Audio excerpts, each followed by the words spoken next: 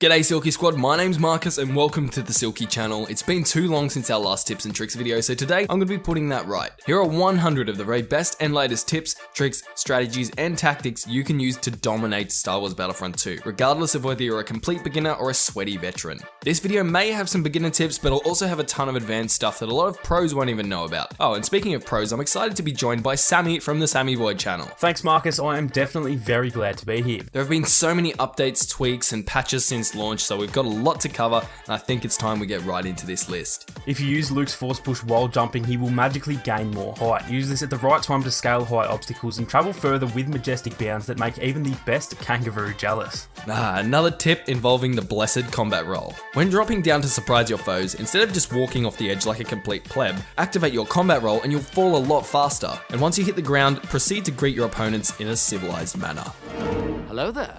When using Rey's dash attack, rather than cancelling the ability, you should always just hit the regular attack button to cancel the rest of the animation. You can instantly kill all regular troopers and deal some serious damage to downed defenseless heroes. The specialist strip mine can damage vehicles, and it's especially handy when playing as the First Order on Crate. Next time those pesky ski speeders are gunning for you, throw down a trip mine or two and they'll be back in the lobby before they can say, "Now this is pod racing." Many of us feel nostalgic when using Iden due to her abilities feeling so similar to the original Battlefront. However, you may not have known that like the original Battlefront, you can use her pulse cannon without actually scoping in. 360 no scopes, here I come. Slightly more on the basic side, but playing in third person can be a game changer. The increased field of vision gives you a major advantage over those first person peasants.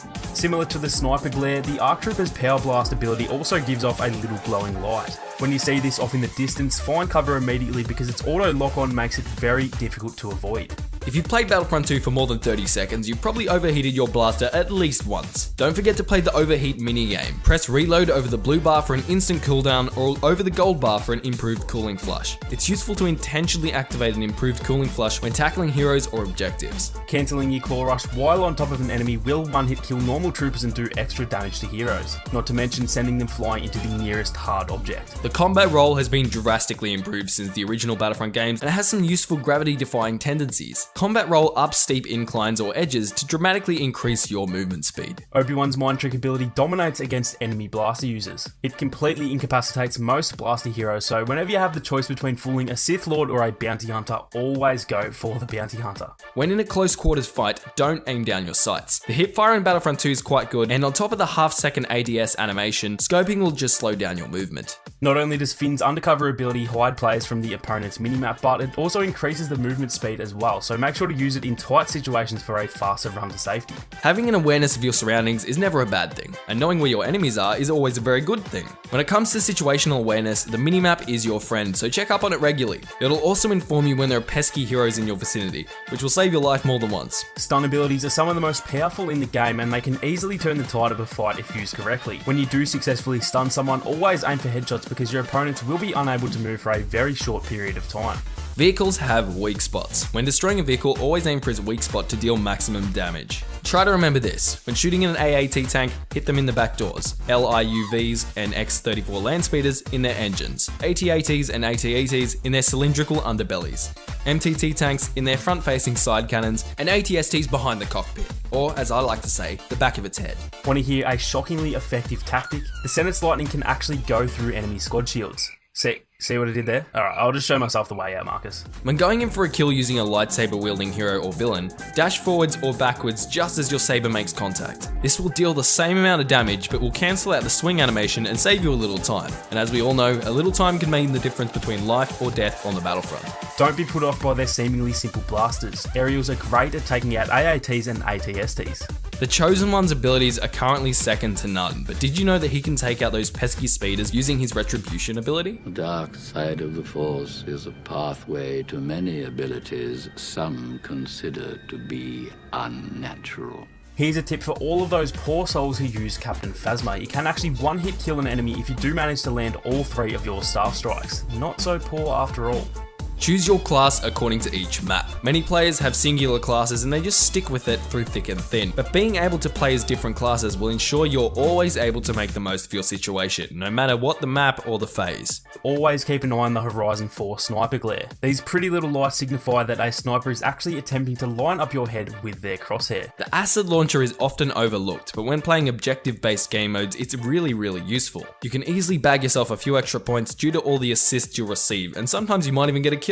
Bossk can regenerate health much faster when using the Name Your Poison star card. Legend has it this card was actually a gift from the Scorekeeper himself. There's a really effective way to deal damage with lightsaber wielding heroes who have some kind of dash attack. Once you've landed a hit on your target, instantly activate the dash ability and they won't know what hit them. Never stand still while reloading, always make use of that handy gravity defying combat roll. Your opponents will have a harder time hitting you, and on console the roll actually does break auto aim as well. Dashing away from your opponents is an effective way of evading them. However, dashing towards them is even more effective. Try it during your next saber duel. It usually baffles your enemies and greatly amuses your teammates. Yoda is full of little surprises. See what I did there? I said little surprises because he is extremely short, but one of my personal favourites is his capacity to break free from enemy stuns or chokes using the presence ability. If you're just like 95% of the community, you avoid playing Captain Phasma at all costs. Because you're just like 95% of the community, you also don't know that Captain Phasma can double zoom. While scoping, hit the melee button and you'll get a close-up shot of your enemies.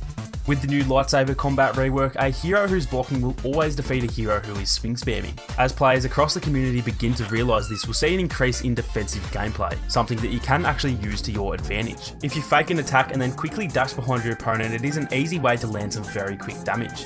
Kamino is an extremely fun map to play on, but you know there's a little flanking route. Just let me turn on my GPS. Turn there left. There we go. In 20 meters, turn right. Turn right. In 25 meters, park or left. Park or left. In 150 meters, park or left and then merge right. Park or left and merge right. In 50 meters, turn right and arrive at your destination. Turn right. Your destination is directly in front of you. Excellent. Here we are. Arrive. When playing as a jump trooper, make the most of your jump pack. It's a lot harder to hit someone who's flying through the air, and if you have practice, you'll be able to gun down your opposition before you even touch the ground again. When sniping, always keep moving. Sometimes when you found a good hiding place, it's tempting to set up camp, but your victims will know exactly where you are once you've killed them. It's quite difficult to snipe when you've got 5 butthurt 12-year-olds doing everything in their power to pump you full of lasers. No offense to 12-year-olds. Anyway, speaking of snipers, here's a great joke for you. How do you know a sniper likes you? He misses you. I wonder how many dislikes I just earned. The heavy class can obliterate vehicles with the right star cards. Very few vehicles can withstand the ion turret and sentry combo. Those cursed heavy shield poppers. Key to ruining your kill streaks and inducing much rage. Unless, of course, you shoot at their feet. Often these arrogant heavies are so used to having their own way that they'll forget to crouch, leaving the lower parts of their legs exposed to blast of fire. Please, do the rest of us a favour and shoot their legs out from under them.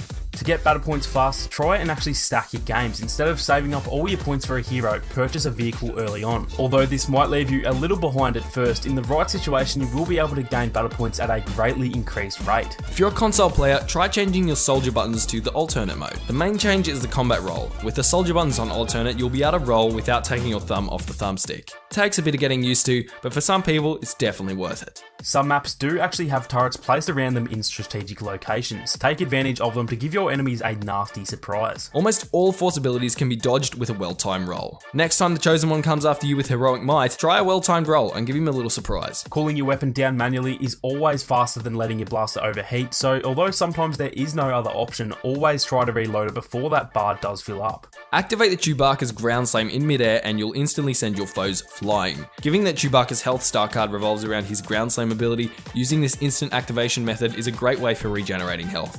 Here's another tip involving our favourite Jedi Master.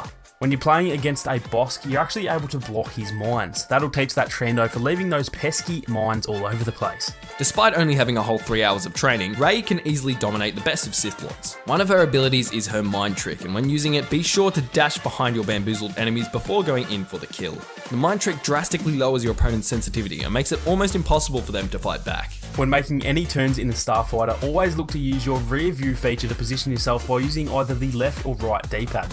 This will save any realignment following your maneuver. So, in one of our other tips, we mentioned those arrogant heavy shield poppers who leave the lower parts of their legs exposed. If you're playing as a heavy, don't be one of them. When using your shield, go full Droideka by hitting crouch. No mush for Droidekas. Sir, When playing as the Senate, always use the Chain Lightning ability as a finishing ability. Using it first will then pause your ability to use the normal lightning for a quick second. However, if you attack with that regular lightning first and then use the Chain Lightning, you'll kill enemies much faster and save yourself any trouble. The third-person camera is positioned over one of your character's shoulders. You can switch which shoulder the camera is focusing over by pressing down on the arrow key on your controller, or by pressing one of the many buttons on your keyboard if you're on PC. Yeah, I'm too lazy to look up keybinds. If you're particularly sneaky, you can use this feature to look around corners and surprise your poor opponents. When your feet are feeling heavy, take to the sky in a game of Starfighter Assault. If you are newer, then consider shooting the turrets on the capital ships for those extra battle points. They're much easier to hit than opposing starfighters. Heroes are very powerful characters, but stacking your hero's abilities is generally the most reliable way of dealing major damage. When playing heroes vs villains, this is especially handy, and your opponents won't have time to react. After a few games, they'll probably be thinking something along the lines of, I have been falling for 30 minutes! So there are 50 tips and tricks for Star Wars Battlefront 2. Make sure to check out the second half of this video on Sammy's channel for the other 50 tips. There's a link in the description, the pinned comment, and on screen now. Make sure to subscribe to the Silky channel for weekly Star Wars Battlefront 2 content. Yeah, thanks Sammy, and we'll be posting multiple funny Star Wars Battlefront 2 videos, so feel free to check them out after watching the video on Sammy's channel. Have a great day. Jump in a starfighter and bombard the helpless ground troops with bombard the helpless objectives and start bombard the helpless ground troops with your bombard the helpless ground troops with objectives. Ugh.